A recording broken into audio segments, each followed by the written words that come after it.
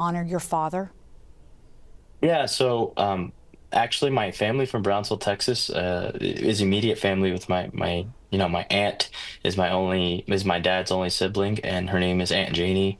She's bringing the whole family from Brownsville, which is very significant to us. We're really close to that side of the family. She brought up the idea of wearing, baby blue, the day of the memorial. That was my dad's favorite color, from what I was told. So our whole family will be wearing baby blue. This is our consecutive anniversary appearance of the bombing that we go to as a family. We haven't missed one since I turned 30.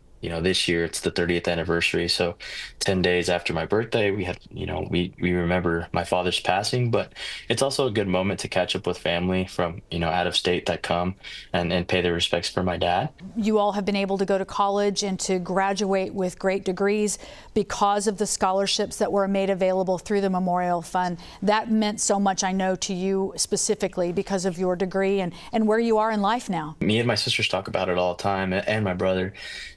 It's tragic to say this, but we don't believe that we would gain our opportunities in the workforce and education if it wasn't for the Survivors Education Fund. With school being so expensive, our family was very low income and in inner Oklahoma City, and with five of us, and then including six with my stepsister, now educational opportunities are far in between, really challenging to pay for. So I don't think any of us would be in the position we're in without the Survivors Fund. Appreciate Ivan sharing with me recently. Let's go now to the ceremony there in Oklahoma City with Dr. Susan Chambers, the chair of the foundation. E. Cooper Jr., City Councilman Mark K. Stonecipher, and a steady supporter who was in the City Council office 30 years ago and today is their Chief of Staff, Debbie Martin. We have been overwhelmed by the response from the agencies in the Murrah Building of those who aided in the response after the bombing. With us today, from the United States Secret Service, Director Sean Curran. From the Department of Defense, Defense Counterintelligence and Security Agency, Deputy Director Dan Lecce. From the U.S. Department of Housing and Urban Development, Regional Director Ashley Quinones. Acting Deputy Regional Director Earl Redrick. And Senior Advisor to the Regional Administrator Sable Coleman. From ATF, Special Agent in Charge, Dallas Field Division, Benny Mims. And Assistant Special Agent in Charge, Dallas Field Division, Brian Garner. From Cybersecurity and Infrastructure Security Agency, Assistant Director to the Integrated Operations, Boyd Rohner. And Regional Director, Robert Russell. FBI Oklahoma City Special Agent in Charge, Doug Goodwater. Several FEMA first responders from around the country are here today who were deployed to Oklahoma City in response to the bombing. We are so grateful you could join us. From Tinker Air Force Base, Commander, Oklahoma City Air Logistics Complex, Brigadier General Brian Moore. Commander, 72nd Air Base Wing Installation, Colonel Abigail Rusetta. And Command Chief, 72nd Air Base Wing Installation, Chief Master Sergeant Chris Gradell. Chairman of the Memorials Conscience Committee, Blaine Arthur. Vice Chair of Oklahoma City National Memorial Foundation and our Board of Trustees, Chris Fleming. We are so pleased to have a number of past chairmen of the Oklahoma City National Memorial Foundation here to commemorate this 30th anniversary.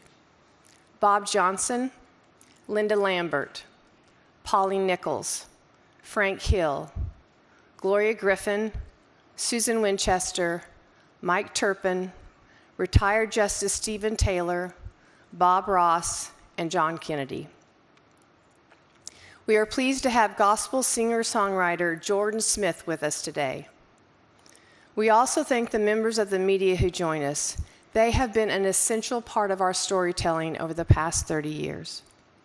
And most importantly, we welcome our family members, survivors, first responders, law enforcement, and friends of those who were killed, those who survived, and those changed forever on April 19th, 1995. Please join me in welcoming all of our special guests.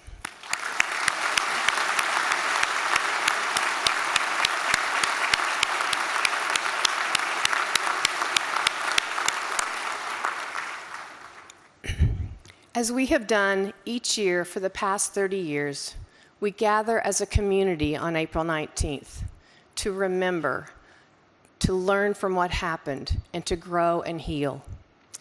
This is a time of reflection. Those we honor today serve as our inspiration as to why it is vital we continue teaching the world our story. When we remember, we honor those impacted. When we remember, we can strive to prevent these acts of violence from happening again. With any tragedy, we strive to make meaning out of what happened in our lives and to weave it into our futures. We recognize that April 19th may bring up difficult thoughts and emotions, yet it is by acknowledging these that we continue to heal and move forward. The memorial and activities related to the bombing remind us of what violence can do, and it also reminds us of the incredible acts of so many to help. Visitors to the memorial and museum often leave with a better understanding. Peace, courage, and hope are often words that visitors use after leaving the memorial grounds and exiting the museum. They are changed, and they can bring this change forward in their lives.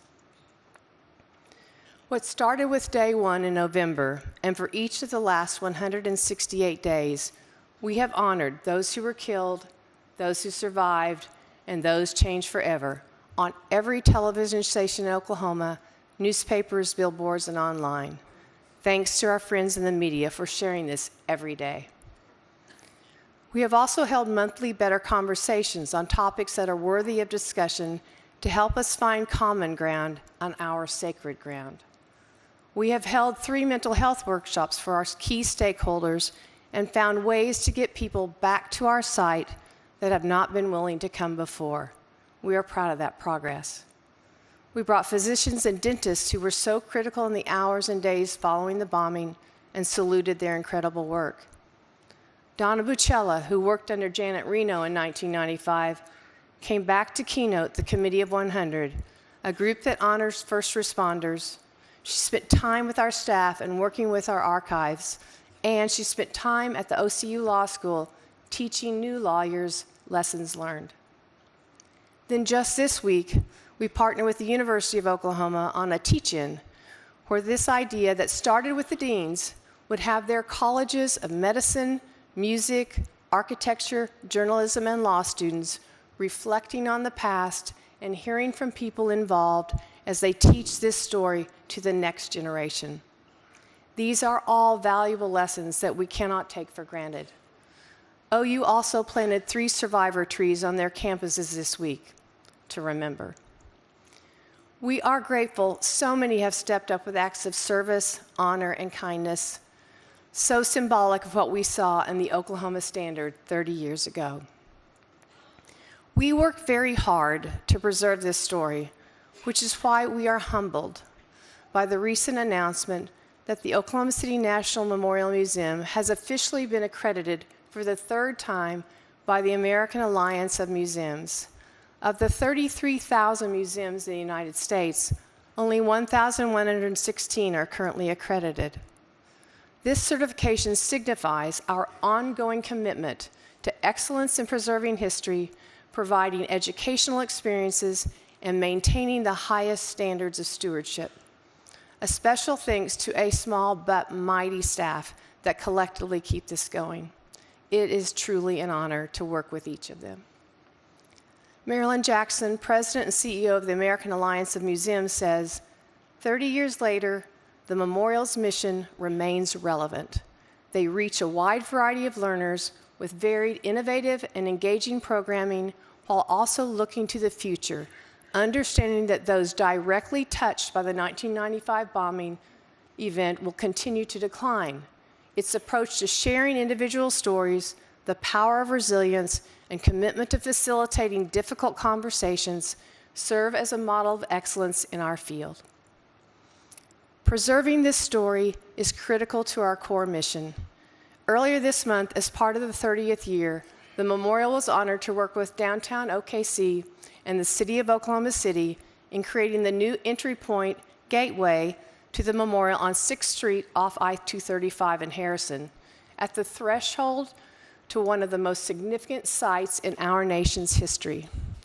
This gateway reflects the weight of the journey and shapes emotions. As visitors exit, they see a bold and bronze OKC, symbolic of our gates of time. And then as they pass under the railroad overpass, they see the words, "Be the light," that will serve as a reminder of how this city has risen from tragedy, carrying on your message of resilience to the world. Our Memorial Conscious Committee, composed of family members, survivors, and first responders, has been with us on every step, and we work together to ensure that we are always upholding the memorial mission throughout all of our work. We thank our Conscious Committee for their service and welcome those today. April 19th, 1995 started like any other day. Oklahoma City Mayor Ron Norick had just concluded the city's annual Mayor's Prayer Breakfast downtown at the Myriad Convention Center when the attack occurred. The extraordinary leadership of Mayor Norick led us through our darkest days. It was his appointment of a 350-member memorial task force just a few months after the bombing that led us through the memorialization process and the creation of our Oklahoma City National Memorial Museum. As a testament to his strong leadership, we are honored to have Mayor Norick back to read the memorial mission statement.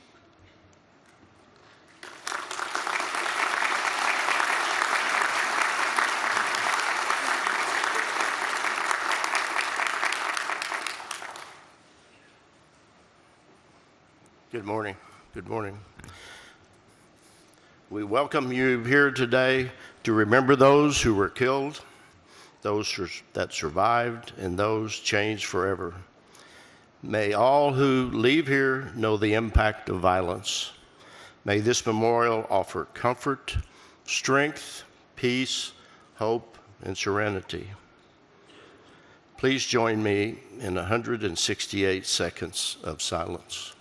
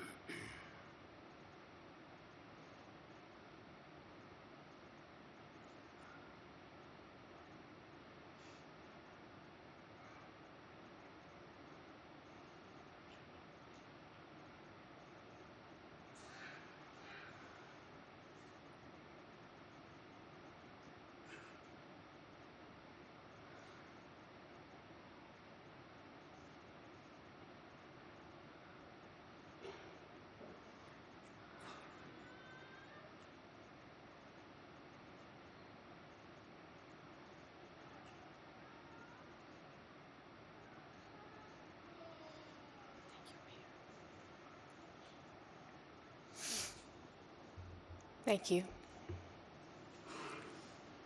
In the days that followed the bombing, Governor Keating and First Lady Kathy Keating helped show the world that the community of Oklahoma City put the heart in the nation's heartland.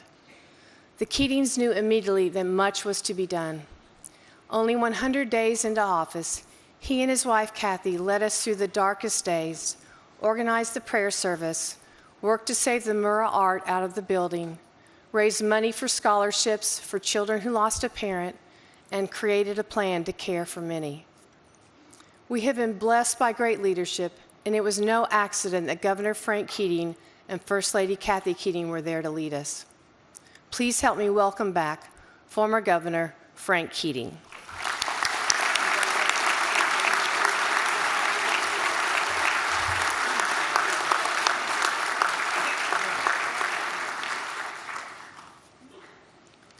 Thank you very much, Susan, and thank all of you for being here to celebrate lives, to celebrate security, to celebrate commitment and love of others, many of whom we never knew and we don't know. There's a parable of a man who looked back on his life and saw it as an endless series of footprints in the sand. At times there were two sets of footprints side by side, and he remembered these times as happy times.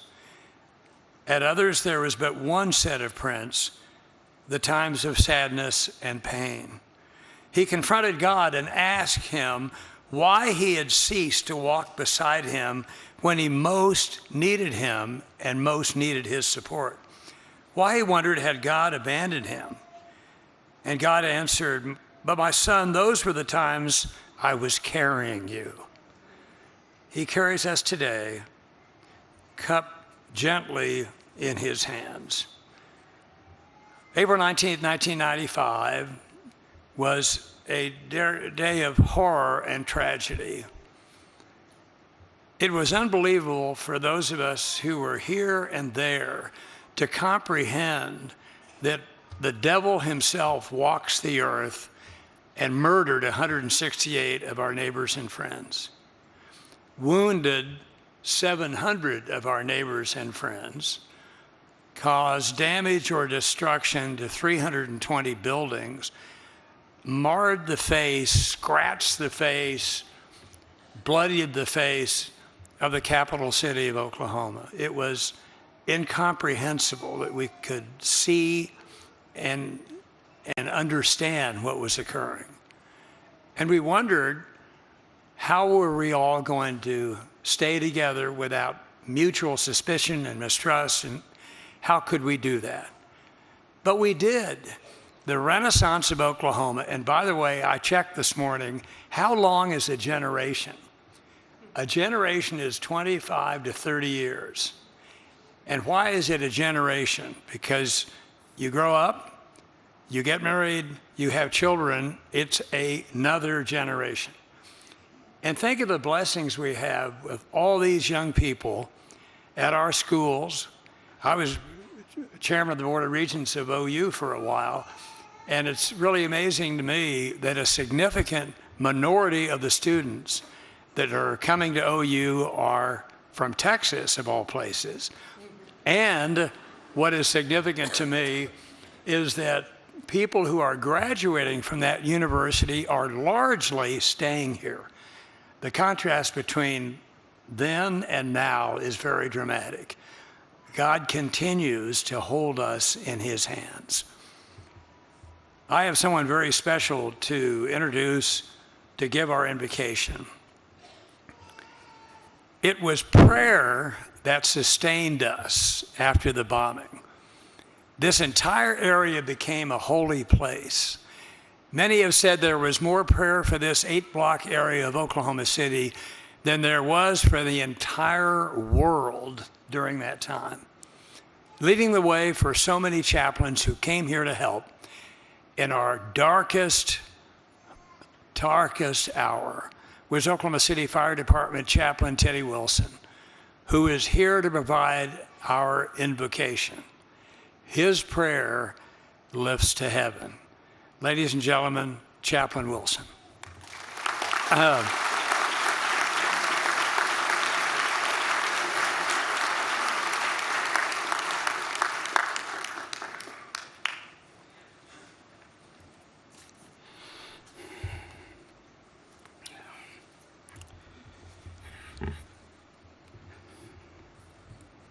It was indeed an uplifting thing to see at 2, 3 in the morning Frank and Kathy Keating on the site. 2 in the afternoon. They were here often, and every time we saw them, it was a privilege and an uplifting spirit. Thank you, Frank. Thank you, Kathy. I'm going to take a point of privilege, and I want to thank Carrie Watkins. She hates this.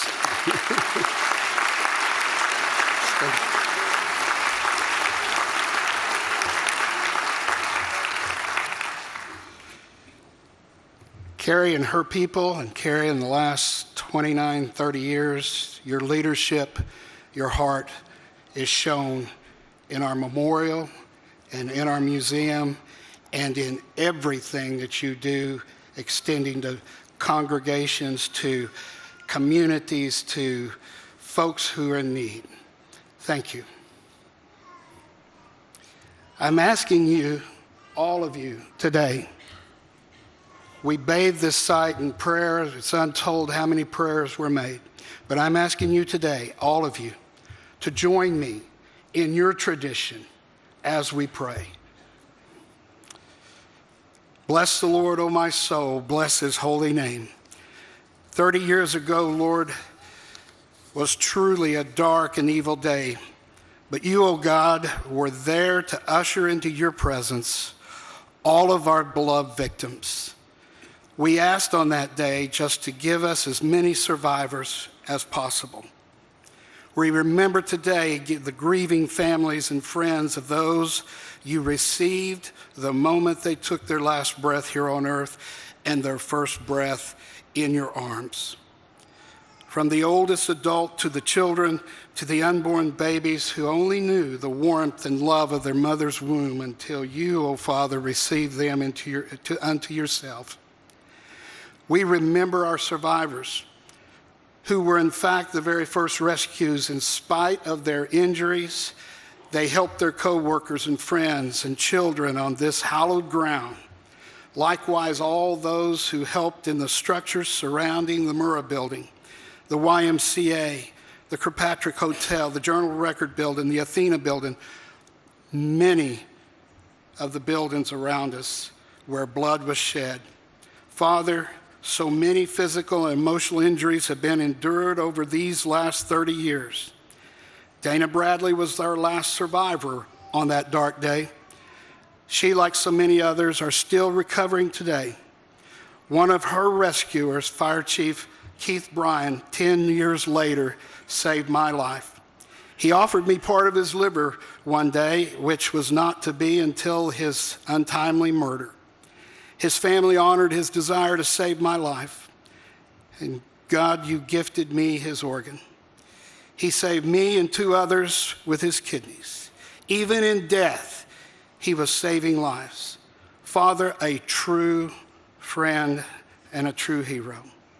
We remember all the rescuers, the firefighters, the law enforcement officers, the National Guard, other military personnel, civilians from every walk of life who rushed in to bear up in our arms, extricating all that we could and getting them to the definitive care that they needed. The Oklahoma Standard was on full display that day, which brought light into the darkness. This standard, in all reality, is your standard, O Lord, to love one another as you have loved us. Nurse Rebecca Anderson rushed in to apply her skills and fulfill her calling, to bind up the wounded and comfort the injured. She gave her life her full measure of devotion, as Abraham Lincoln puts it, honoring her calling that dark day. There is no greater love than this, than a man or a woman who lays down his life for his friend. When the hope of rescue was dashed, the technical term of recovery was hard to accept. You, O Father, reframed that term for us into a picture of restoration. Our job changed to restoring each victim back to the awaiting families as best as we could, so that they could put a period at the end of their dark days and begin their years of light. We pray for all who participated in helping the victims' family members, our survivors, our rescuers, our medical personnel, our counselors, our legal teams, investigators, all who have poured so much of themselves into these years of light. I ask for your blessing from you, O Father, today. Bless us with another measure of your healing today. Bless the Lord, O my soul, and all that is within me. Bless his holy name. Bless the Lord, O my soul, and forget none of his benefits. For it's in my precious Lord's name that I pray, who loved me and gave himself for me. Amen.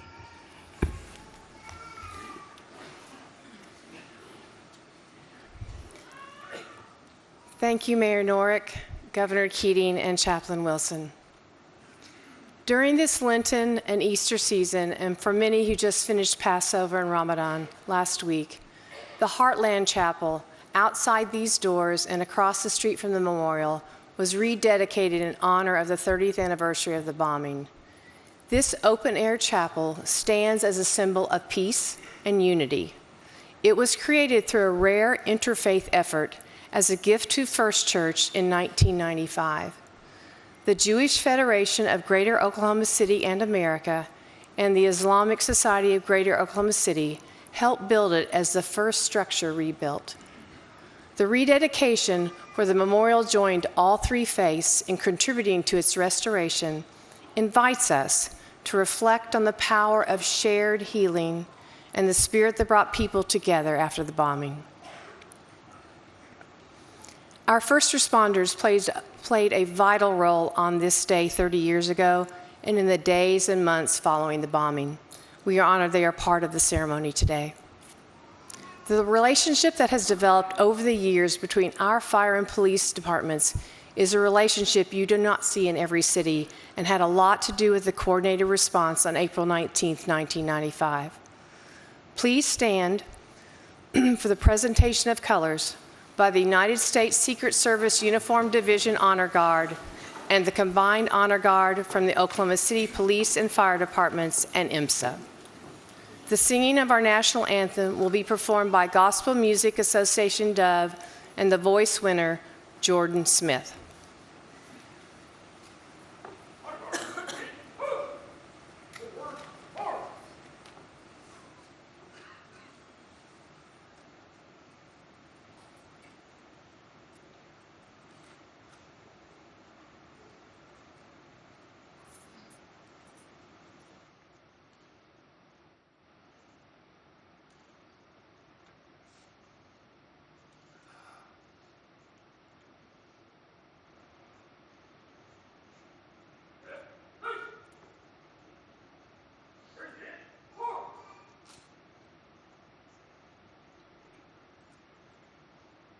Oh, say, can you see by the dawn's early light what so proudly we held at the twilight's last gleaming, whose broad stripes and bright stars through the perilous fight o'er the ramparts we watched were so gallantly streaming, and the rockets' red glare, the bombs bursting in air, gave proof through the night that our flag was still there.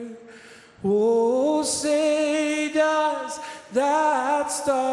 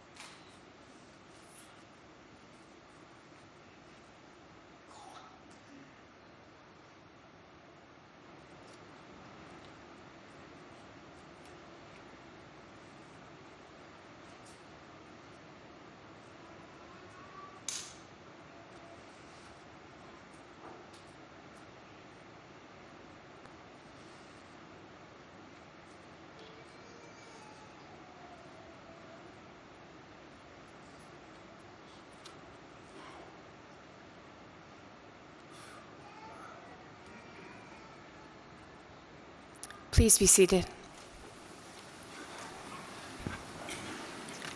Thank you to the combined honor guard, and thank you, Jordan, for your beautiful performance of our Star-Spangled Banner.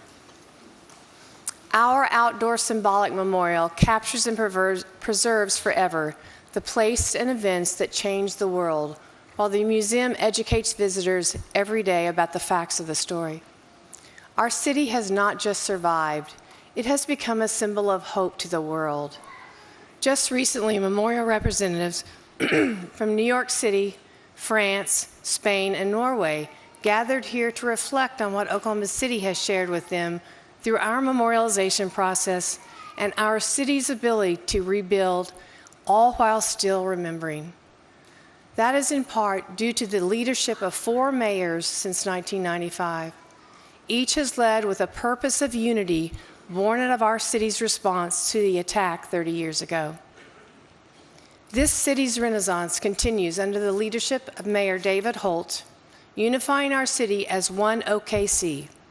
With nearly 500,000 people visiting the Memorial Museum each year, we are grateful for the partnership we have had with the City of Oklahoma City from day one. Mayor David Holt.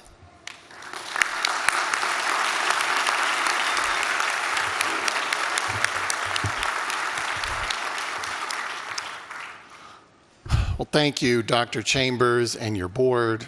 Thank you, Carrie Watkins and your team.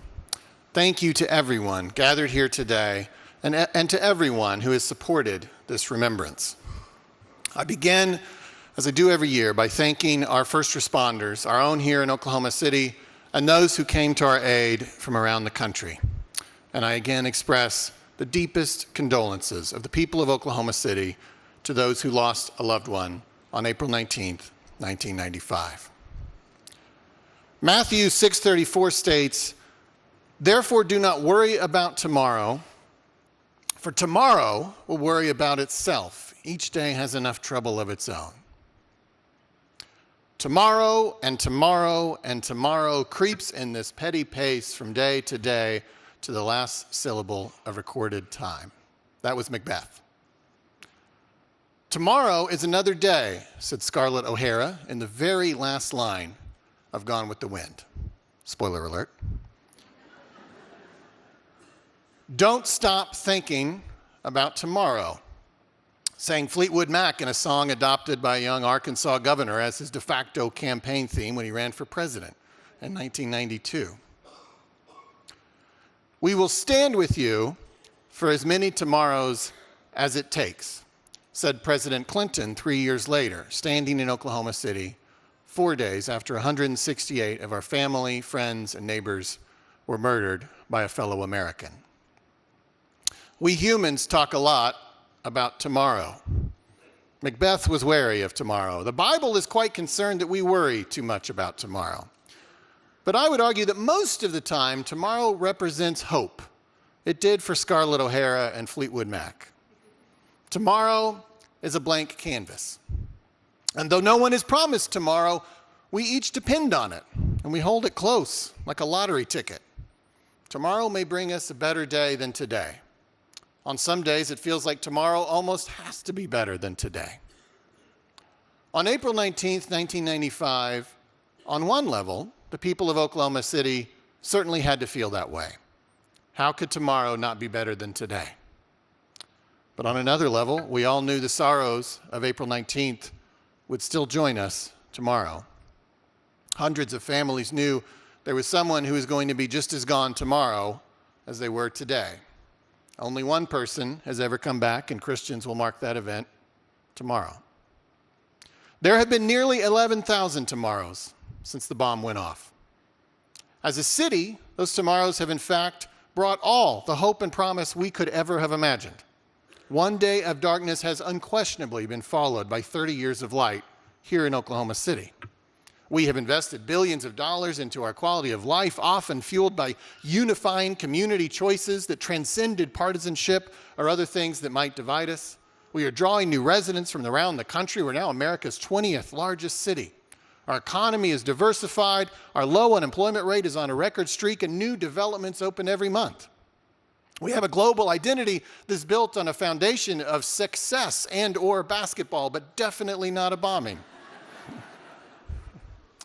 Tomorrow, we will launch our thunder into what we hope is a historic NBA playoff run.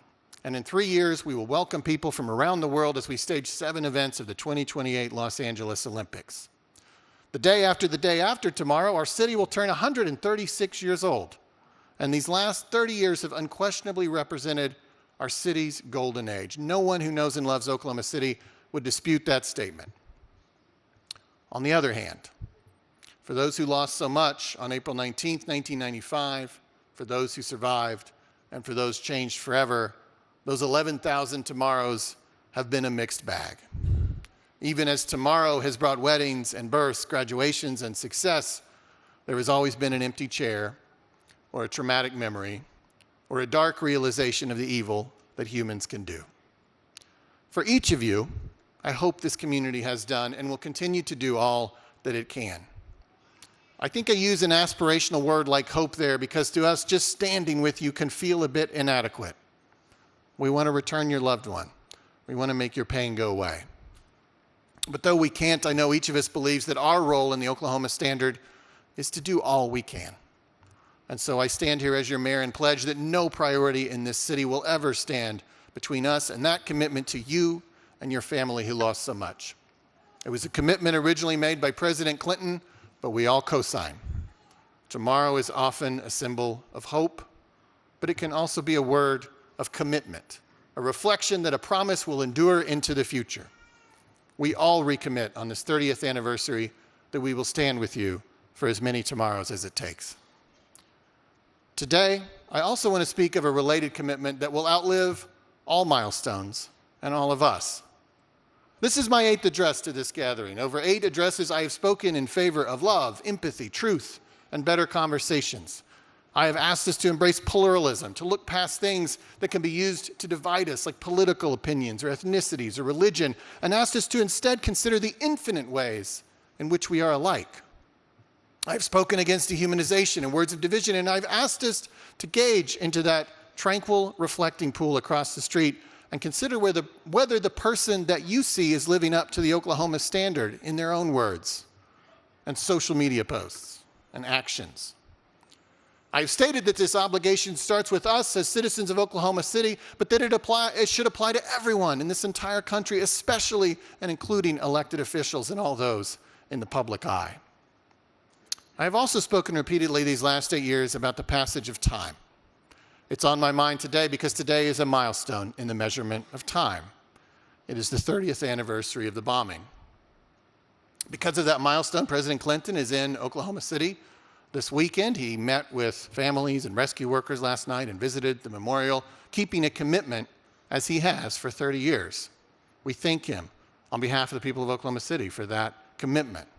We share a friendship and a bond with President Clinton that transcends politics, and we will never forget that he kept his word. Thank you as well to Governor Keating, Mayor Norick, Kerry Watkins, and all the people who have kept this city's commitment to those who needed support these past 30 years. 30 years is an inflection point, no doubt. 10 years is the blink of an eye. 20 years is still less than a generation, but 30 years hits different. Many of us now have to admit there are more yesterdays for us than there are tomorrows.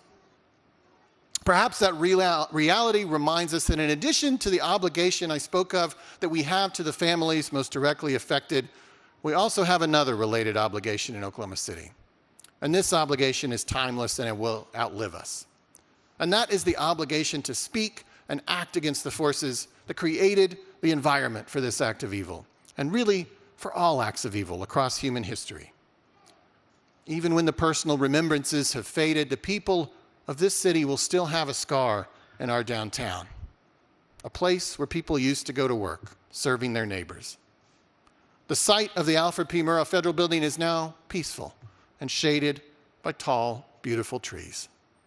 But the jagged edges of concrete that surround it remind us that it is a scar, a symbol of what humans can do to each other when they do not love each other, when they do not seek to understand each other, when they fail to acknowledge our shared humanity, when they dehumanize each other, when they entertain conspiracy theories, when they are willing to act outside of peaceful democratic processes, even to commit violence, and when they let extremism rot their brains to the point where even a child is a soldier in their imagined war. Humans are highly unlikely to ever fully shed our capacity for evil, but evil can be answered and kept at bay. Evil must be answered. And the residents of this city must always be the protectors of a commitment to do so. Perhaps today on this 30th anniversary, like a relay runner in one of our memorial marathons, we are beginning to pass the baton of that commitment.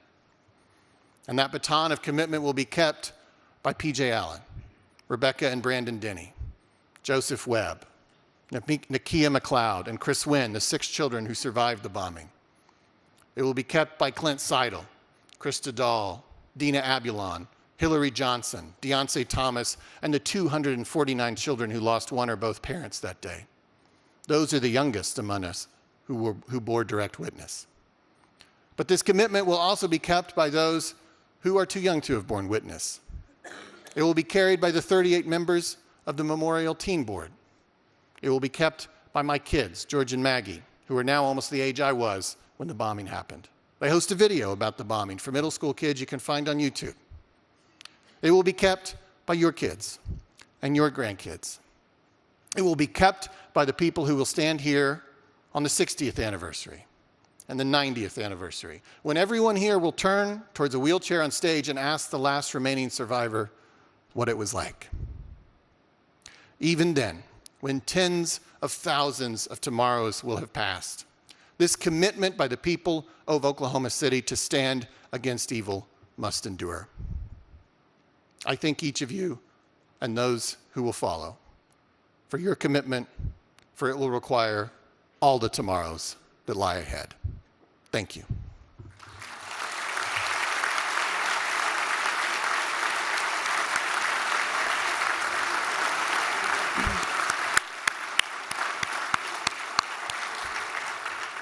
Mayor Holt, thank you always for your strong words today. From this past September and through December of this year, the Journey of Hope Tour is visiting all 77 counties. This program by the Memorial and Museum is inspiring students, individuals, and families throughout the state to embody the Oklahoma Standard and to learn the story of April 19th. Funded through the Oklahoma Legislature and a strong partnership with the Governor and the State of Oklahoma Department of Agriculture playing a key role, we thank our Governor for supporting our Journey of Hope Tour to all 77 counties that carries the 30th anniversary message, a day of darkness, years of light. Representing our state, Governor Kevin Stitt.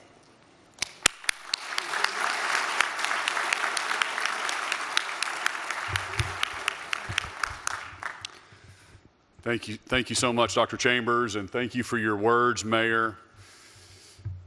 We gather here today with heavy hearts and unwavering gratitude as we mark the 30th anniversary of the Oklahoma City bombing, an act of unimaginable violence that changed our city, our state, and our nation forever. On April 19th, 1995, at 9:02 a.m., 168 innocent lives were taken from us. Among them were children, government workers, veterans, mothers, fathers, and friends. But amid that heartbreak, something powerful emerged. In the smoke and rubble, in the chaos and sorrow, we saw the very best of Oklahoma. We saw helpers, people who didn't wait to be asked, who ran towards danger, who gave without hesitation. Firefighters, police officers, EMTs, nurses, clergy, and everyday citizens answered the call. People like Terrence Yeekey and Jim Ramsey of the Oklahoma City Police Department, and John Hanson of the Oklahoma City Fire Department, they ran into the rubble to save their fellow Oklahomans. Dr. William Fabry and Debbie Atterby, they worked tirelessly to treat the wounded. Dozens of pastors and chaplains showed up and prayed with the grieving in the hours and the days after the tragedy. Oklahomans gave blood. They opened their homes. They offered their strength. This spirit of compassion and courage came to be known as the Oklahoma Standard, a commitment to service, honor, and kindness that has shaped who we are as a people. And as Scripture reminds us in Galatians 6:2, carry each other's burdens, and in this way, you will fulfill the law of Christ. This is exactly what Oklahomans did on that day and every day since. We honor the heroes of April 19th. We also honor those who continue to help, those who stayed, the mental health counselors, the teachers and the pastors, the city workers and all the volunteers, those who carried the burdens of that day quietly, faithfully, year after year. And to the families, to the survivors, the children who grew up without a parent, to the spouses who rebuilt life in shadows of loss. You are the embodiment of resilience. You have turned pain into purpose and sorrow into strength. The Oklahoma City National Memorial stands as a tribute to those who lost, those we lost, but also to those who helped. It reminds us not only of the horror of that morning, but of the hope that followed. As Romans 12:21 says, do not be overcome by evil, but overcome evil with good. Oklahoma did just that. We chose hope over hate, unity over fear, compassion over chaos. We also remember that the helpers didn't stop in 1995. The Oklahoma Standard continues every time a neighbor steps up, every time a tragedy is met with open arms, every time we choose kindness over indifference. To the younger Oklahomans here today, you may not remember that morning, but you live in a state forever shaped by it. You are the next stewards of the Oklahoma Standard. So today, let us pause and reflect, not only on what we lost, but on what we built in the wake of tragedy. Let us recommit ourselves to helping others, to serving without seeking recognition, to carry one another's burdens, and to living with the same compassion that defined April 19th, 1995. To the first responders, the families, the survivors, and the citizens who showed us the power of love in the face of evil, we thank you. We honor you. May we never forget the 168 lives lost. May we never forget the children. And may we never forget the light that broke through the darkness on that day. May God bless their memory. May God bless all who continue to serve. And may God bless the great state of Oklahoma. Thank you.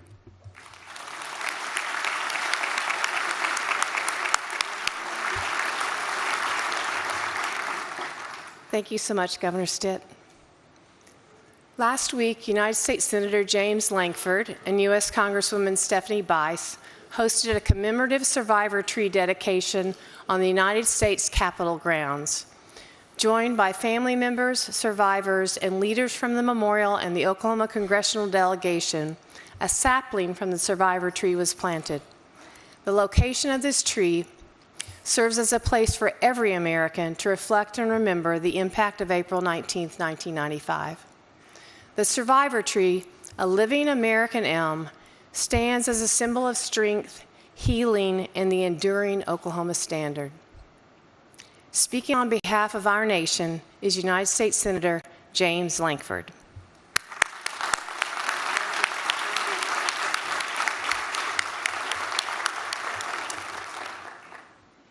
Many of you got up very, very early this morning to be able to get here, stood in line in the cold rain, because we are determined not to forget. Many of you are the living legacy of those that we lost. So you gather every year to remember. Some of you bear the scars because you are a survivor. And you cannot forget from day to day. And there are many first responders that are here that when they return to this day, they remember again the days and days that they spent serving. There's very likely, as there usually is, someone that's a rescue worker that came here that is the first time that you have returned. We will remember with you today. And we're determined to do that. This past week, I was visiting with a staff member who said to me that not only was she not alive when the bombing happened, her parents weren't even married yet. Yes, that made me feel old. But it was also a reminder again of the importance of us gathering together to make sure that there is no generation that rises up that does not remember, that we continue to remind each other that we have learned the lessons of hatred, of anger, of hope, of love, of sacrifice, of gratitude, and of resilience. And we need to pass those lessons on to the next generation and make sure that they learn the lessons of history. The nation was shocked 30 years ago today when we saw the devastation and the loss. We lost children and neighbors, and we lost federal employees that were just sitting at their desk serving their fellow Americans on a Wednesday morning. We asked why. We wondered who we had become, and we found practical ways to serve people as the flags went to half-mast. Law enforcement and first responders and volunteers by the thousands came out that day. We lose track of this, but the FBI conducted more than 28,000 interviews, followed 43,000 investigative leads, and amassed 3.5 tons of evidence to be able to prosecute that case. They reviewed nearly 1 billion pieces of information. We're still grateful to all those who have served in so many ways. We're even grateful to the law enforcement that's literally standing in the rain outside this building to continue to be able to keep us safe here in this place. So we gather to remember. Thousands of years ago, the children of Israel, they left out of slavery and captivity, and they crossed over the Jordan River. And when they crossed over the Jordan, God instructed them with these words. This is from Joshua chapter 4. He said, in the future, when your children ask you, what do these stones mean? Because they gathered stones and put them on the side of the river after they crossed. And he said, what do these stones mean? Tell your children that the flow of the Jordan was cut off before the ark of the covenant of the Lord. When it crossed the Jordan, the waters of the Jordan were cut off. These stones are to be a memorial to the people of Israel forever. Weeks ago, as Susan mentioned, or just last week, I guess now, when we planted the sapling of the survivor tree on the Capitol lawn, it was very intentional.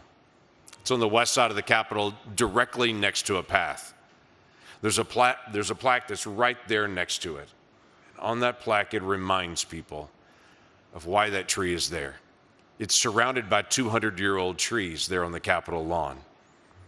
And in the centuries to come, that plaque will remain, and that sapling will grow onto a beautiful tree that'll look like our survivor tree. And people for generations in the future will walk the west side of the Capitol and will reflect on what happened here, no matter what year they stop to look at it. And they will tell the story of out-of-control hatred and irrational acts against a government and against a people and against children. And it will remind us of what we're capable of, but it will also remind people of the people of Oklahoma and what we are capable of.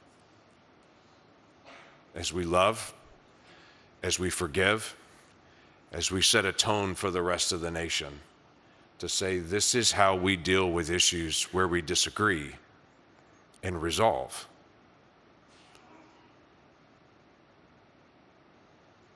Something we need as a nation.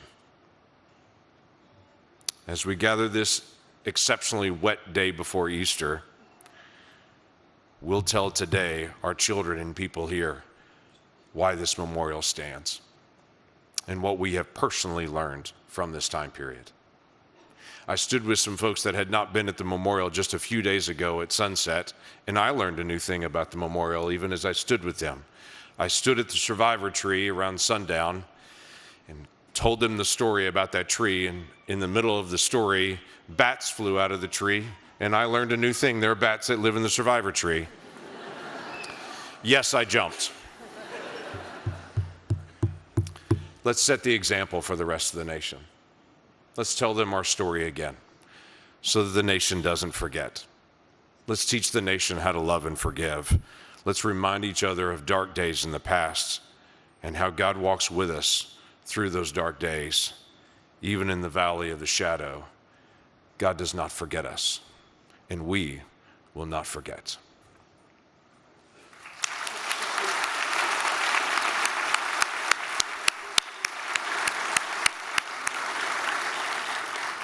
Thank you so much, Senator Lankford, for joining us to remember.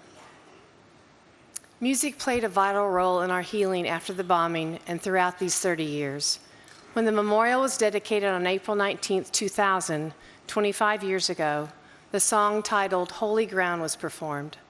This song conveys a sense of reverence and awe toward a sacred place, like this sacred ground we gather near today.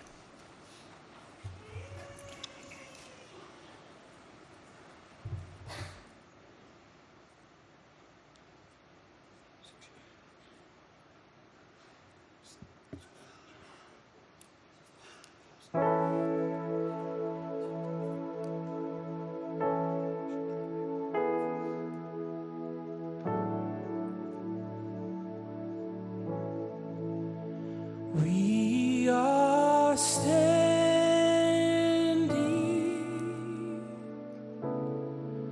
on holy ground,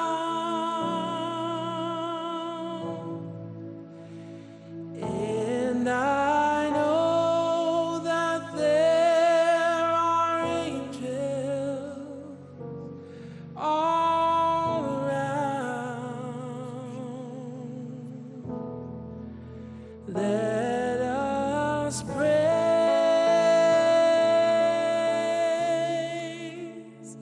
our God now.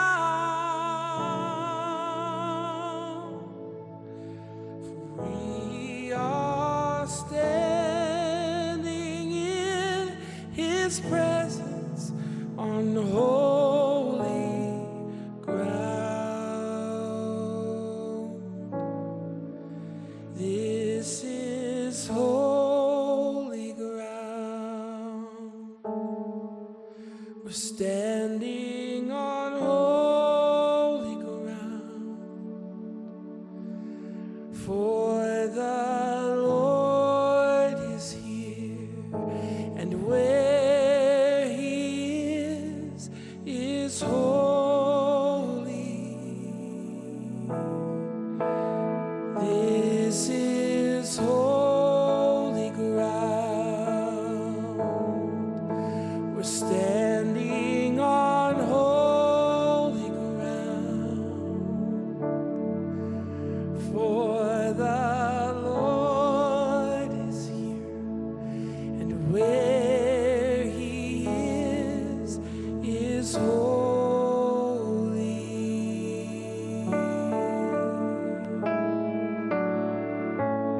Can we stand and sing this together today? We are standing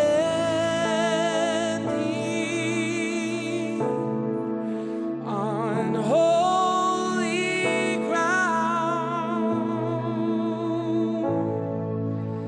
and I know that there are angels all around.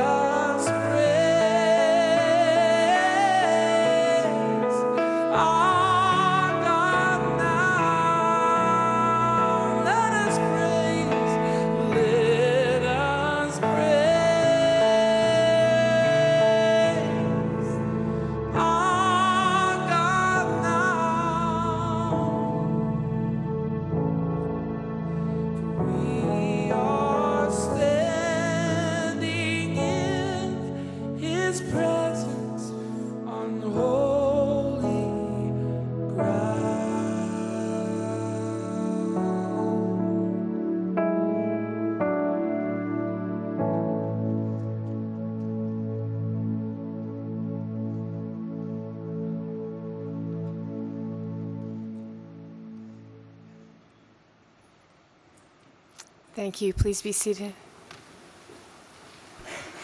Thank you, Jordan.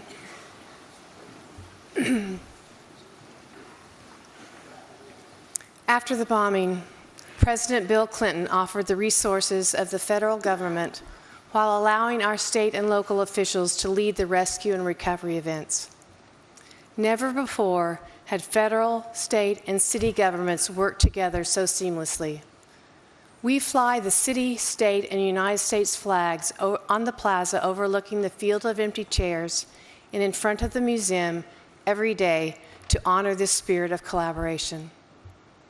We thank Mayor Norrick, Governor Keating, and President Clinton for their clarity, their decisiveness, their courage, passion, and humility. Just as significant was the message the President provided and the presence that he and Mrs. Clinton brought to the memorial prayer service just days after the bombing. In his remarks, he promised that America would never forget, and he's kept that promise by marking his 8th visit to the memorial to honor the 168 who were killed and to thank those involved in the recovery efforts. The memorial was honored to take part in a panel of leaders at the Clinton Library last week regarding the events of April 19, 1995. President Clinton, you said, in 1995, for as many tomorrows as it takes, we will stand with you, and you have. Thank you. Ladies and gentlemen, please welcome back our friend, President Bill Clinton.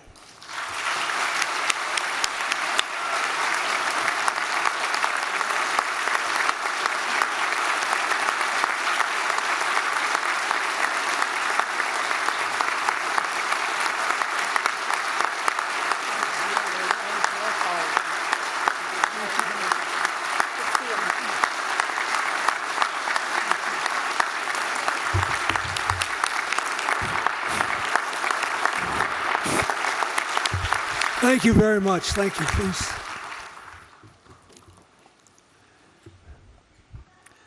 I've had the best seat in the house. I've been watching on the monitor. I want to thank, first of all, Doctor, thank you for the introduction and for your wonderful work. And I had a nice visit with a pastor in the music room.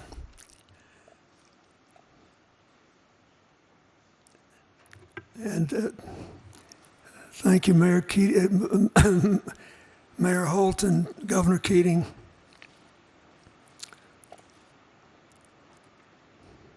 Mayor Norwich, Senator Lankford, Governor Stitt, Chaplain Wilson, and Jordan Smith, thank you for singing one of my favorite hymns. The guy that wrote that hymn was the music director of a Pentecostal church in Louisiana, whose pastor was one of my best friends, and I love singing it. And it was sung at my mother's funeral. So this has been very moving for me, listening to all of you and remembering. 30 years ago, I thought I was going to have a very different day when I woke up. I went jogging with the winners of the Boston Marathon, giving me the illusion, and an illusion it was, that I was somehow pretty fit. And then I got back to the White House and the devastating news. That truck bomb, as you all know better than I, claimed 168 lives. 19 of them were little children in the building's daycare center.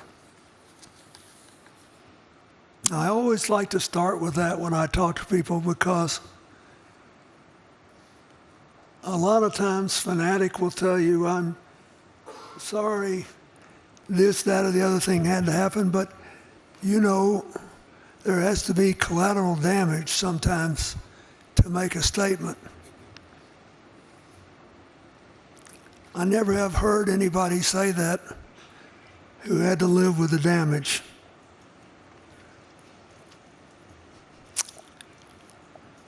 Most of the people who lost their jobs, their lives, were public servants, as we all know. They got amazing coverage after this happened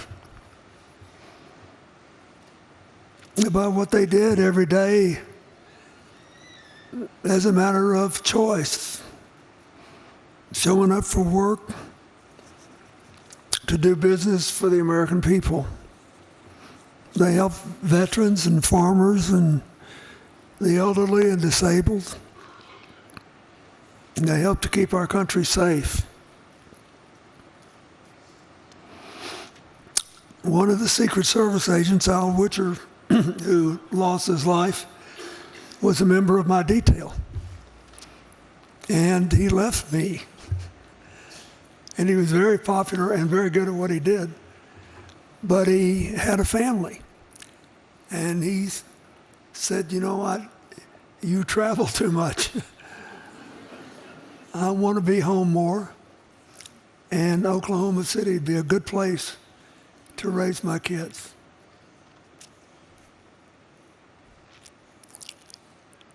All of us who knew him thought he was going on a much safer journey, which shows you how little any of us can know about what tomorrow will bring.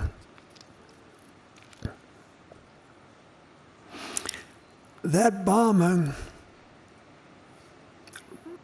profoundly shook the country and did more to all of you. But in the end, it brought out the best in America. First responders, doctors, nurses, construction workers from all across America put their own lives on hold and showed up here. My FEMA director, James Lee Witt, would call me daily and just give me, he said, this group showed up, that group showed up. He said, you can't believe it, they're just appearing. And I said, well, your job is to help make sure that the local people make full use of them. And we talked about how thrilling it was. And I still run into people all across this country traveling around who tell me they went to Oklahoma City and how grateful they are after all this time that they had the chance to do it. There were other things. A lot of donations came in.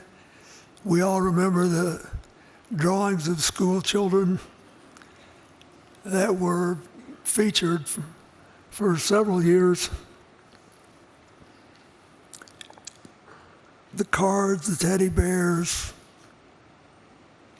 the pennies.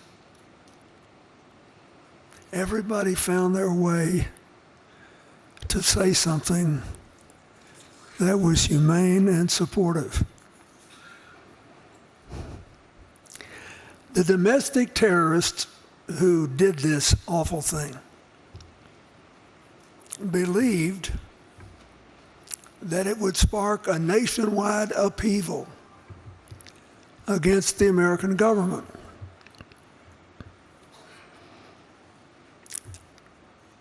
And would eventually destroy our government and our democracy and our way of life. Instead, you gave them, as the mayor said so eloquently, the Oklahoma Standard.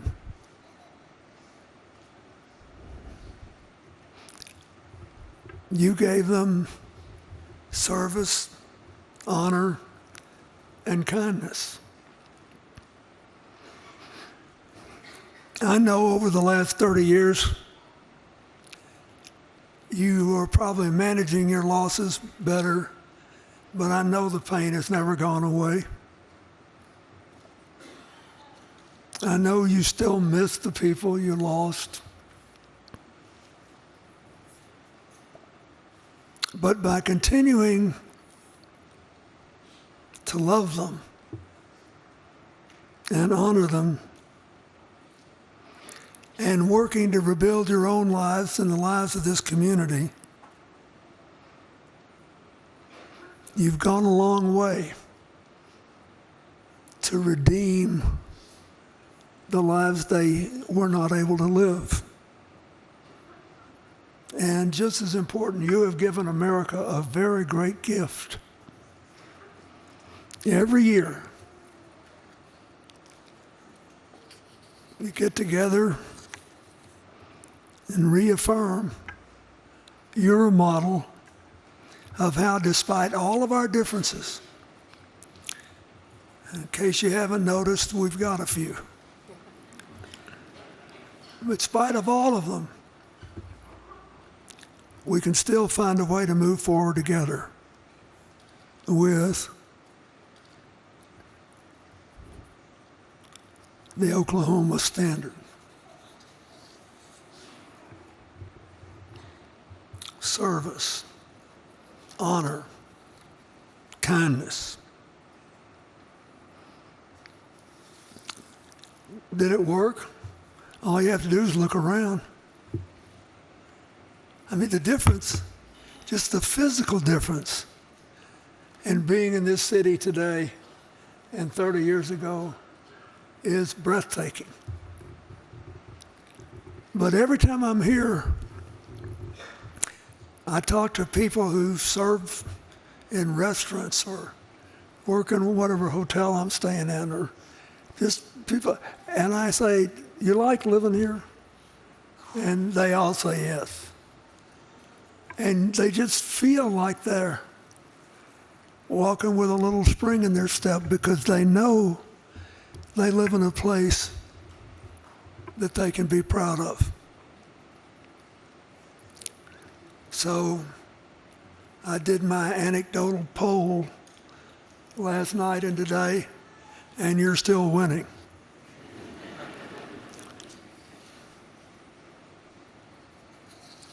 I think this is important.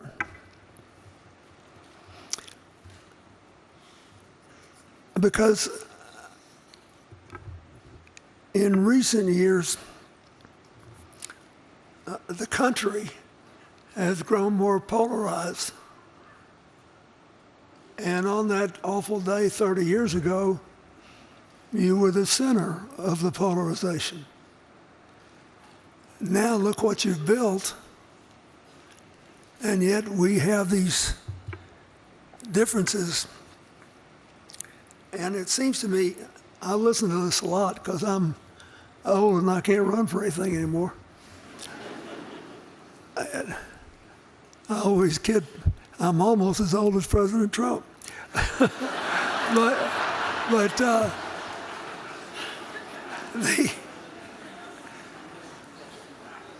If you listen to a lot of what I read and hear today, it's like everybody's arguing about whose resentments matter most, whose resentments are more valid. When is it okay to stretch the truth a little bit to increase your advantage? If our lives are going to be dominated by the effort to dominate people we disagree with, we're going to put the 250-year-old march toward a more perfect union at risk. None of us would ever get much done. Believe me, we've all got something to be mad about. Something legitimate to be mad about. You made a different decision. So My advice to America today is that we were there for you when you needed us. America needs you, and America needs the Oklahoma Standard. And if we all lived by it, we'd be a lot better off.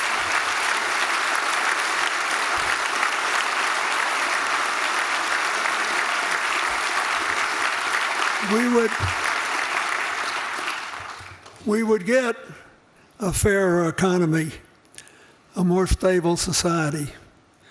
We would understand one another, and we wouldn't feel weak if we admitted we were wrong about something. Does you good every now and then to admit you're wrong, you know. I do.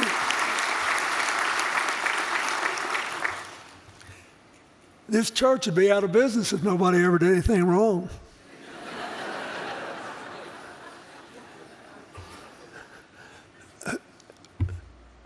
We're laughing, but you know it's true.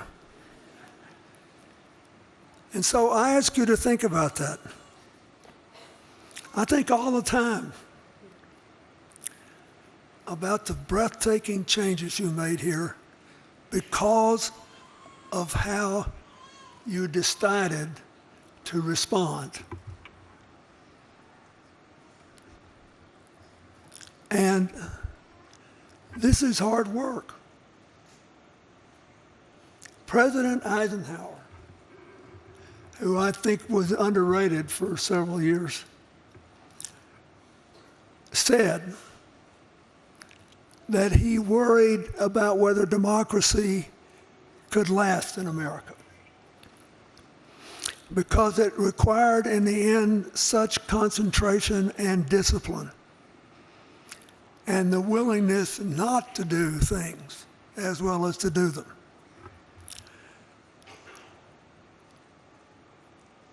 But when we come here,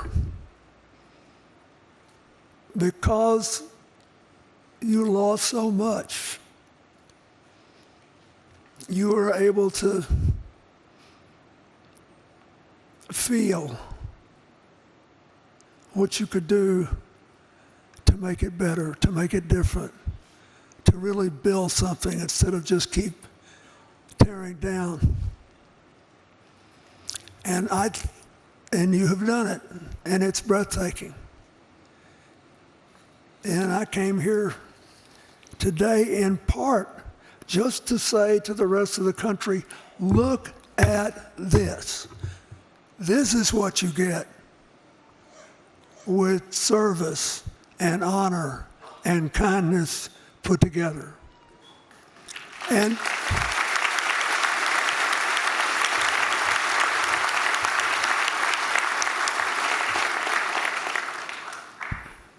you know, a lot of people use the phrase more perfect union in speeches because it has a nice ring to it. And the founders pledged that they were getting organized to give us a more perfect union. But it's 18th century language. The modern meaning is, hey folks, let's face it, we are not perfect. And we are never going to be perfect. But we can always do better. And so we have to shed all the baggage that keeps us from doing better. That's what we owe 30 years later, the people who made the ultimate sacrifice in Oklahoma City. That's what we owe the families, the children, the grandchildren, the people who survived them. I wish I could live 30 more years to see what's going to happen.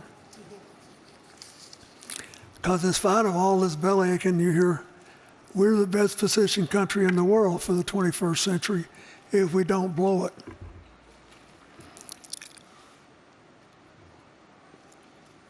If we don't forget how you got from 30 years ago to today.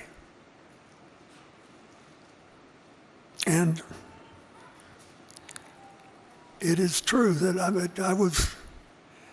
I still remember as if it were 30 minutes ago coming here with Hillary to that memorial service and saying, you have lost too much, but you have not lost everything. You have certainly not lost America, and we will be with you for as many tomorrows as it takes. I do think we kept that commitment. Lord knows we tried. But today, Oklahoma City, America needs you. I wish to goodness every American could just see life unfold here. Hear these stories. Listen, you know, I love sitting backstage and listening to Frank Keating. I wondered if he missed his calling, if he should have been a preacher, but at the time he was a good Catholic boy and there wasn't a big space for him there.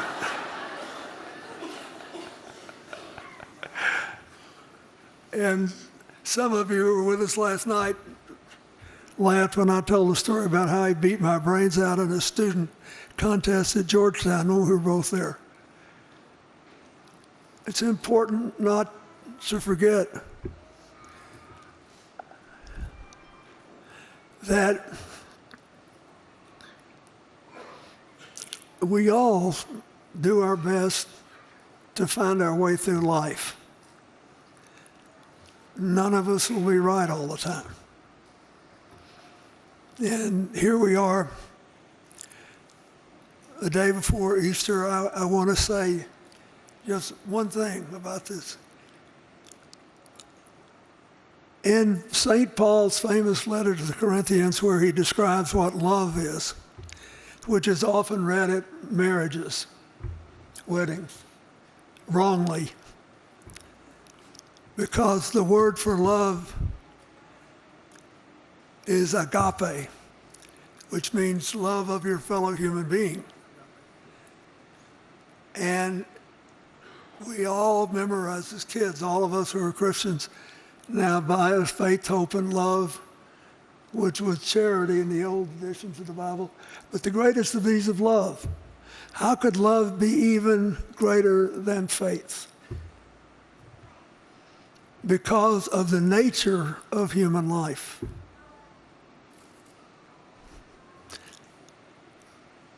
The end, I love this. It's my favorite. It's the only thing that I think every politician in the world of any religion would benefit from internalizing. Where St. Paul compares life on earth, fleeting though it is, with eternal afterlife with God. And he says, now we see through a glass darkly, but then face to face. Now I know in part, but then I will know even as I am known. And now abideth faith, hope, and love, these three, but the greatest of these is love. Why? Because we cannot have perfect knowledge. We have to wait to see things through the eyes of God. And like I said, that's what keeps the churches open and the chaplains busy. And thank God it does, but we have no idea, and I can't make this not a tragedy, we have no idea what all 168 of those people would have done with the rest of their lives. But we do know what they did that was good. We know the love that they generated, which was worthy. And you made a choice to live by what you call now the Oklahoma Standard. It is perfectly consistent with the commands of the Scripture.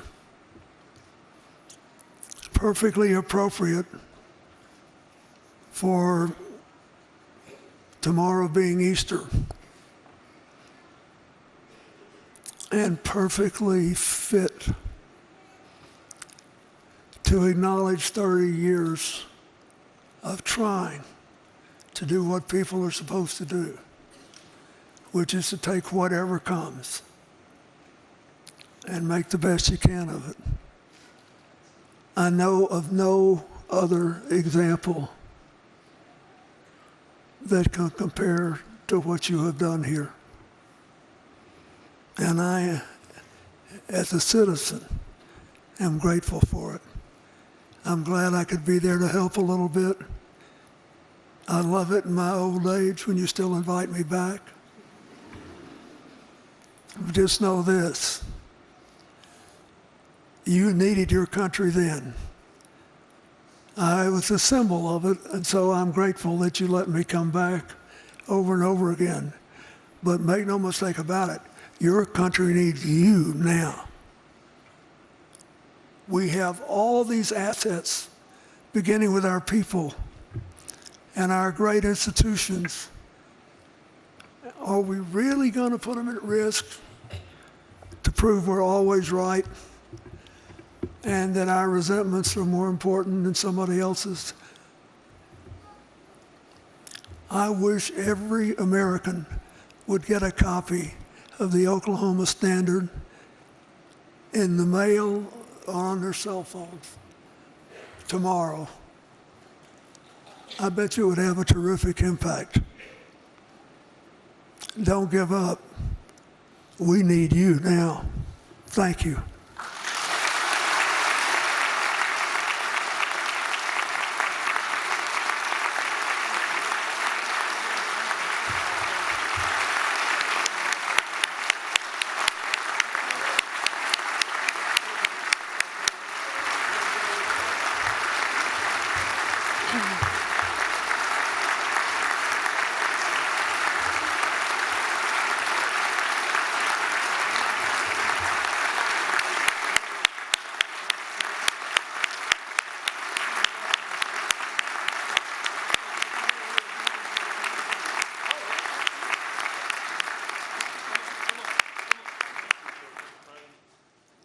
Thank you so much, Mr. President. Please be seated.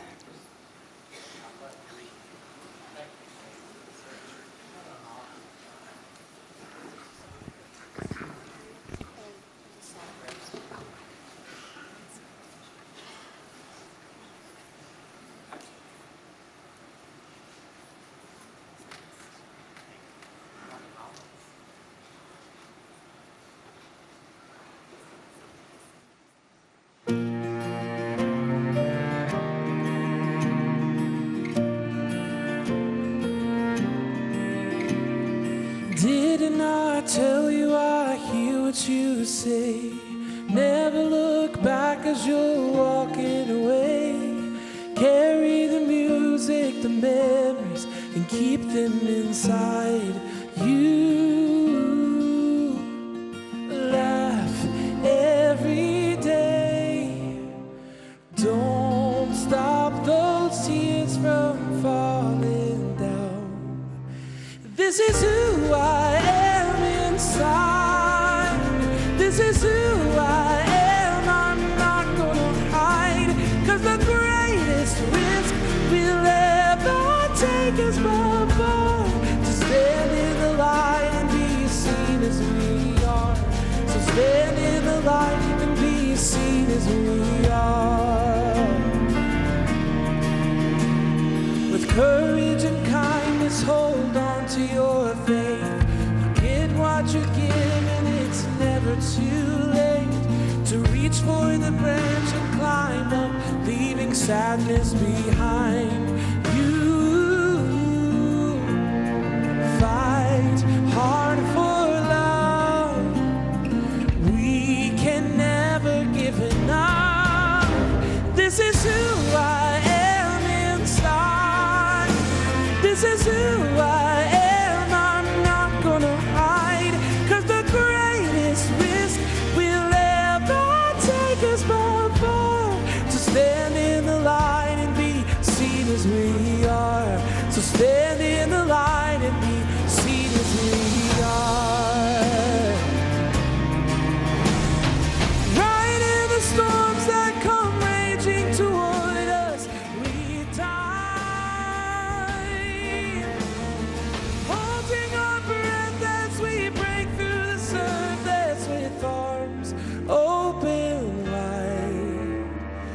with arms open wide.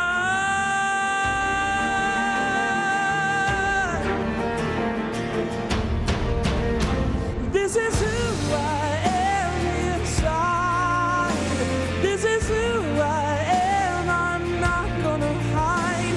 'Cause the greatest risk we'll ever take is by far to stand in the light and be seen as we are. To stand in the light and be seen as we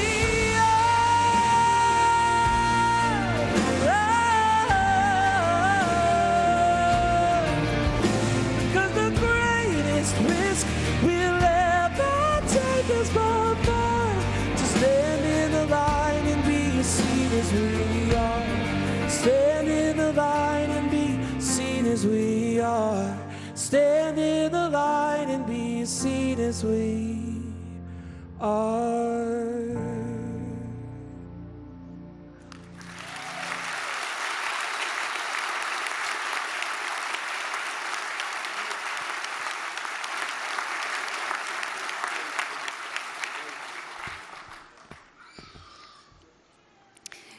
We come here to remember those at the Oklahoma Water Resources Board Building.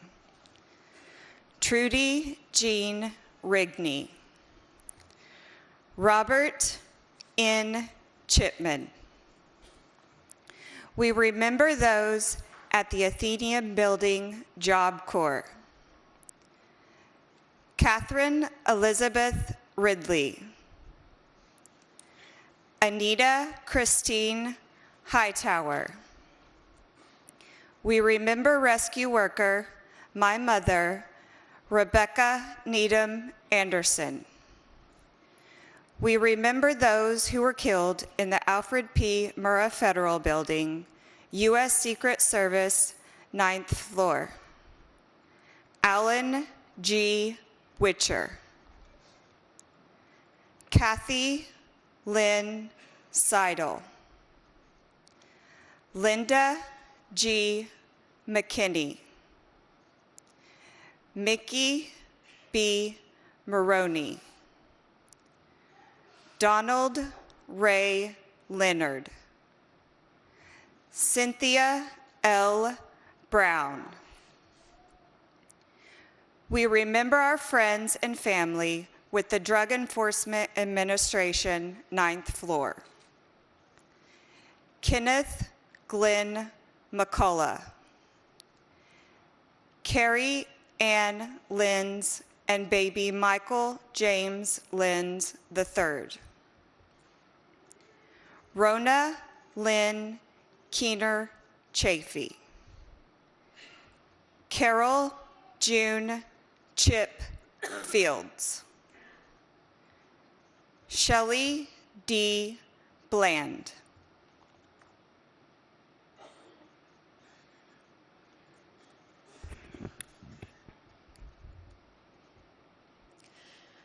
We remember those who were killed with the Department of Housing and Urban Development, 8th floor. Clarence Eugene Wilson, Sr.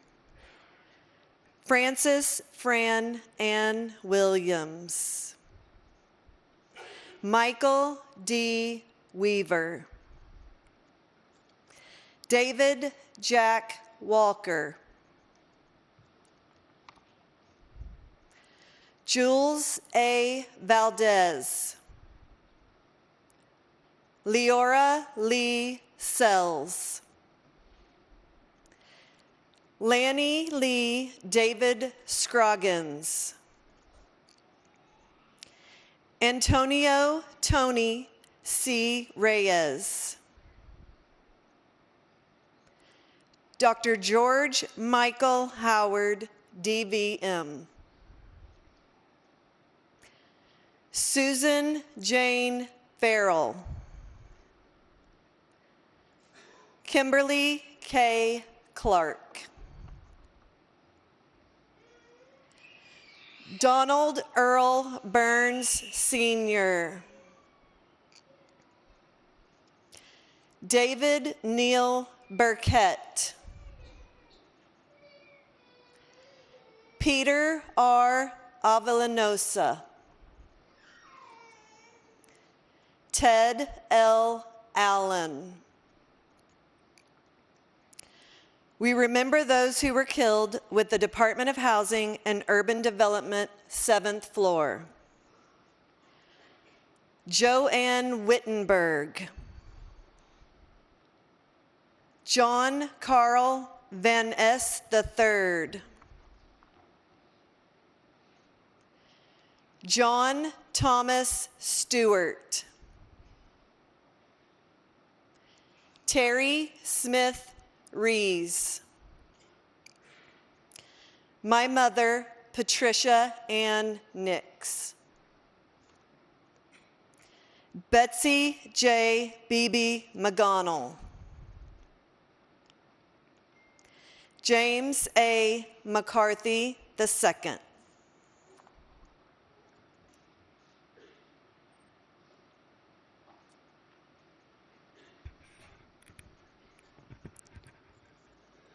We continue to remember those who were killed from the Department of Housing and Urban Development, 7th floor. Mary Leisure Renty, Teresa Lee Taylor Lauderdale, my mother, Ann Kreinberg, Thompson Eugene Jean Hodges, Jr., J. Colleen Giles, Linda Louise Florence, Judy J. Fro Fisher, Castine Brooks Hearn Devereaux, Diana Lynn Day, Kim R. Cousins, Andrea Yvette Blanton, Diane E. Hollingsworth Althouse. We remember our friends and family with the Department of Housing and Urban Development, 5th floor. Paul Gregory Beatty Brocksterman. We remember our friends of the United States Marine Corps, 6th floor. Captain Randolph A. Guzman, USMC. Sergeant Benjamin Lorenzo Davis, USMC. We remember those with the U.S. Customs, 5th floor. Claude Arthur Madeirez, SSA. Paul D. Ice, Senior Special Agent. We remember our friends and family with the Department of Agriculture, 5th floor. Rita Bender Long. Carol Sue Khalil. Doris Adele Higginbottom. Richard Dick Cummins. Dr. Margaret L. Peggy Clark. James E. Bowles. Olin Burl Bloomer.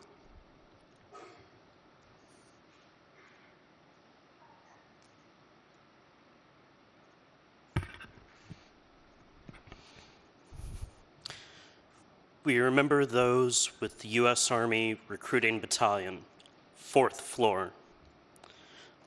Wanda Lee Watkins. Kayla Marie Titsworth. Dolores D. Stratton. Master Sergeant Victoria Vicky L. Son. John C. Moss III.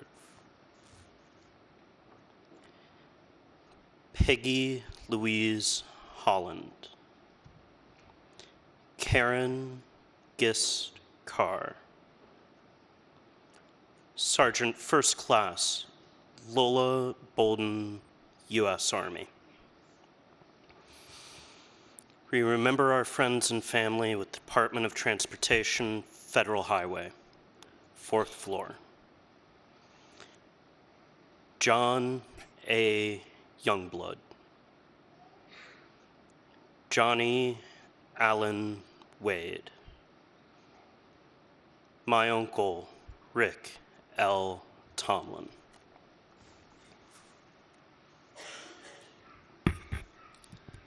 My sister, Michelle A. Kreinberg Reeder.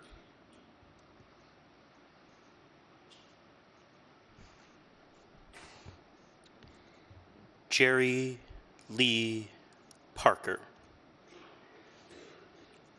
Renata Ann Newberry Woodbridge.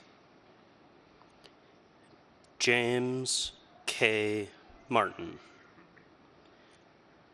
Larry James Jones.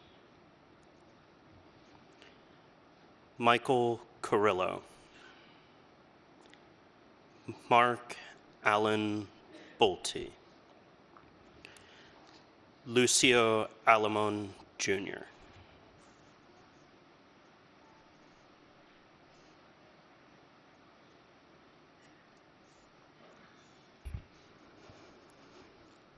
We remember our friends and family with the Federal Employees Credit Union, 3rd floor.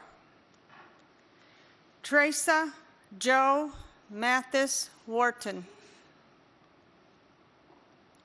Virginia M. Thompson. Victoria Jeanette Texter. Karen Howell Shepard. Sonia Lynn Sanders.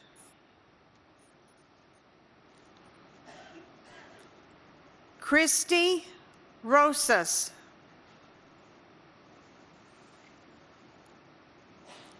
Claudine Ritter. Jill Diane Randolph. Frankie Ann Merrill. My sister, Claudette Duke Meek. Kathy Cagle Linan. Valerie Joe Kelch. Alvin J. Justice. Christy Yolanda Jenkins. Robin Ann Huff and baby Amber Denise Huff. Linda Colleen Housley. Sheila R. Gigger Driver and baby Gregory N. Driver II. Jamie Fikowski Ginzer. Kathy A. Finley. Kimberly Ruth Burgess. Woodrow Clifford Woody Brady.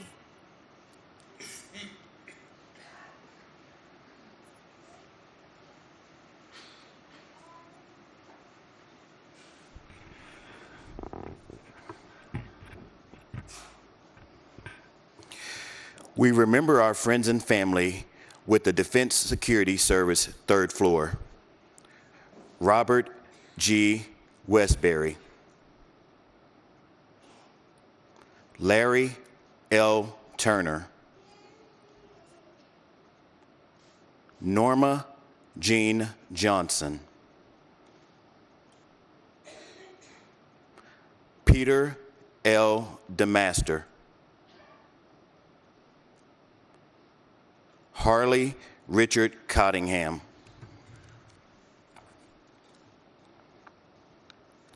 We remember our visitor on the 2nd floor, Scott D. Williams.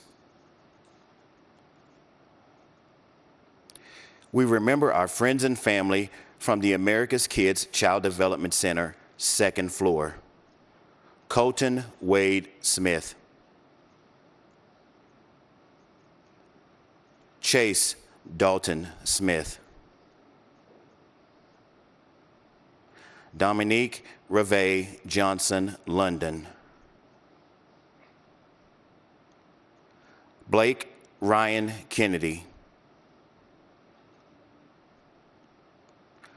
Wanda Lee Howell.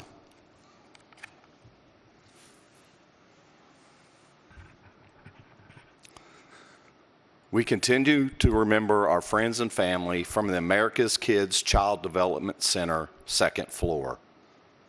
Kevin Lee Gottschall II. Tevin DeAndre Garrett. Tyler Santoy Eves. Brenda Faye Daniels. J.C. Ray Coyne. Elijah S. Coverdale. Aaron M. Coverdale.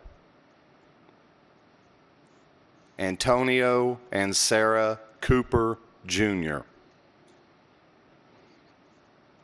Anthony Christopher Cooper II.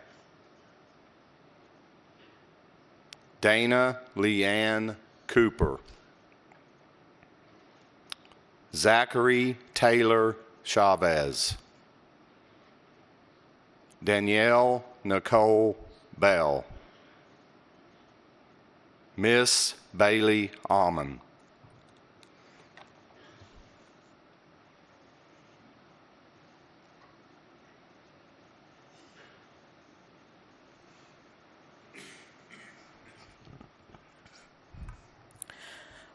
We remember our friends and family from the General Services Administration, 1st floor.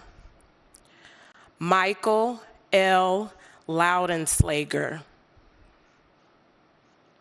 Stephen Douglas Curry. We remember our friends and family from the Social Security Administration, 1st floor. Sharon Louise Chestnut. W. Stephen Williams.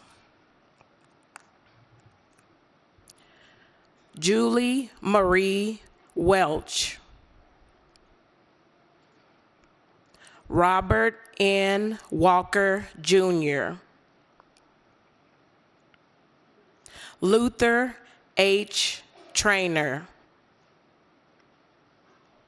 LaRue A.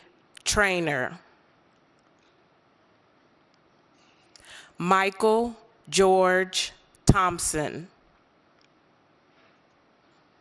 My mother, Charlotte Andrea Lewis Thomas. Emilio Tapia. Eula Lee Mitchell. Derwin W. Miller. Courtney J. McRaven. Reverend Gilbert X. Martinez. Robert Lee Luster, Jr. Aurelia Donna Luster.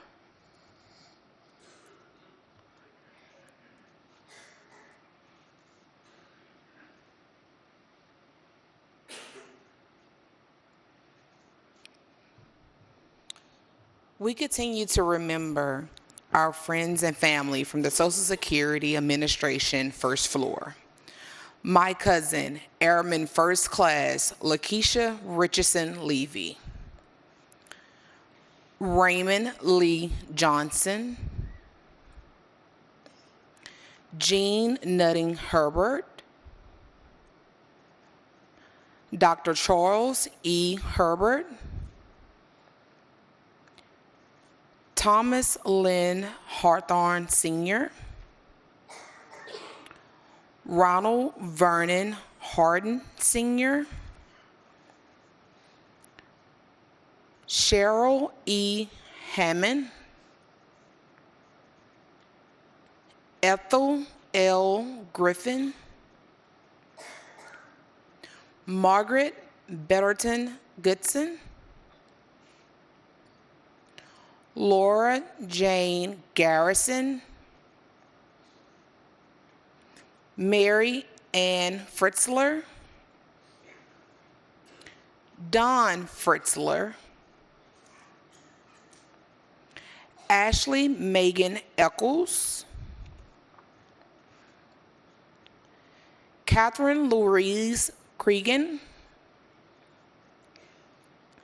Gabrielle D. L. Bruce, Peachlyn Bradley, Carol Louise Bowers, Cassandra K. Booker, Oletta C. Bidding, Piola Battle,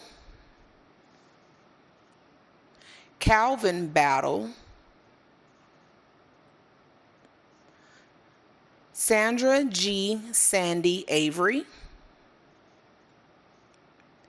Pamela Cleveland Argo, Richard A. Allen, Teresa Antoinette Alexander.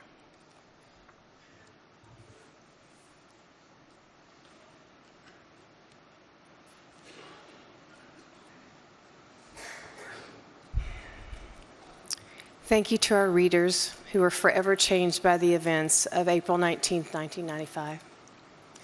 Thank you, President Clinton, for joining us. Visitors to the memorial and museum often share a similar question: are we safer today? The question is the title of a new exhibit unveiled earlier this month. We encourage you to spend time at the exhibit if you tour the museum today. Admission to the museum is free today thanks to Cox Community Day.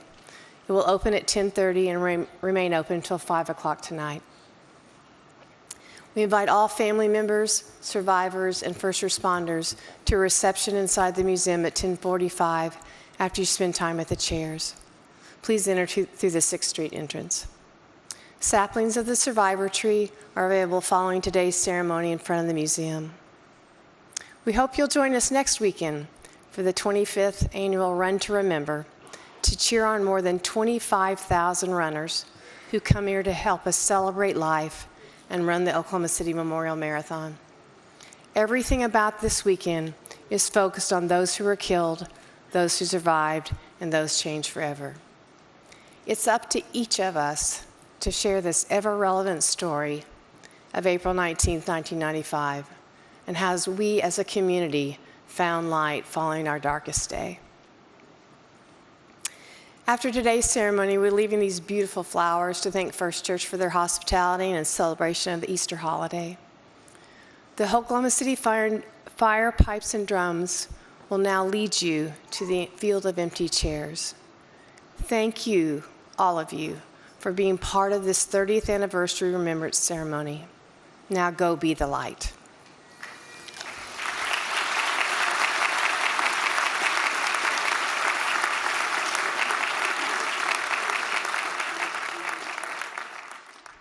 And we have been watching the 30th anniversary Remembrance ceremony from Oklahoma City, and we will have more stories from the ceremony in our later newscasts and at newson6.com.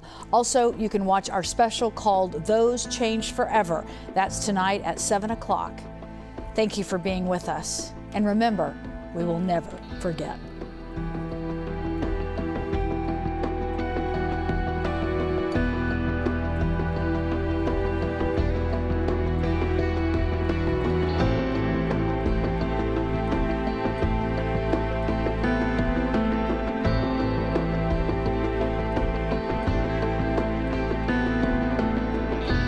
Without talking to your doctor. Dupixent, the #1 prescribed biologic by dermatologists and allergists, helps you feel the heal. See the difference for yourself. Reach out to your eczema specialist today. Not again. Be cool to have a metal arm, though. Oh, sorry, what do we do about this? We use Tide Oxy Boost. It's a lifesaver. The most powerful clean in any universe. See? Looking good. See Marvel Studios' Thunderbolts. Taffy is a traveling dog. She just loves to go. Her hip pain showed up when we would go on walks. She was diagnosed with osteoarthritis pain. Our veterinarian recommended that we try Librela. Veterinary professionals administering Librela who are pregnant, trying to conceive, or breastfeeding should take extreme care to avoid self-injection, which can cause allergic reactions like anaphylaxis. She's got energy to do things that she wasn't doing before, and that's just amazing. Your brain during rush hour. Some allergy medications can make you drowsy, but Allegra is different. Traffic jam? We got this. See? On time. Allegra is fast 24-hour allergy relief with 0% brain interference. It's a no-brainer. Kick off your weekend on a high note with your favorite hosts on CBS Weekend. Tell me more. Brandon McMillan in Lucky Dog Reunions. It's just a magic that happens. Jeff Corwin in Extraordinary World. You ready, buddy? Miranda Cosgrove in Mission Unstoppable. Life on Earth is pretty neat.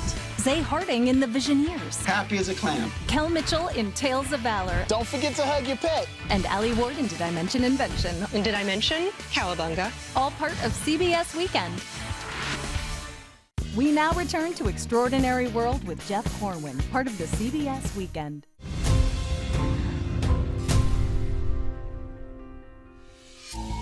Luckily, while I was getting checked out by the medical experts... Come check this out, man. Our friend Alejandro from the Friends from the University of Florida. Now we can finally